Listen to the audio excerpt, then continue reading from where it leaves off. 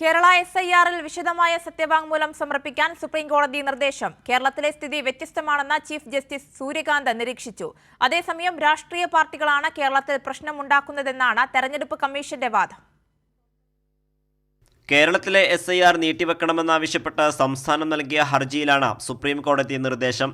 തിങ്കളാഴ്ചക്കകം വിശദമായ സത്യവാങ്മൂലം സമർപ്പിക്കാൻ തെരഞ്ഞെടുപ്പ് കമ്മീഷന് കോടതി നിർദ്ദേശം നൽകി.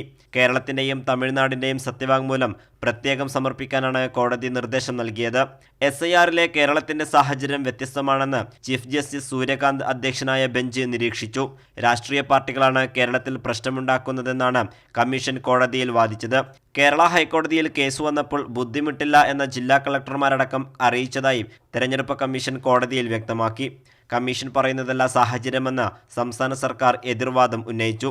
വിശദമായ സത്യവാങ്മൂലം പരിശോധിച്ച ശേഷം ഇടക്കാല ഉത്തരവടക്കം പരിഗണിക്കാമെന്ന് കോടതി നിലപാട് വ്യക്തമാക്കി.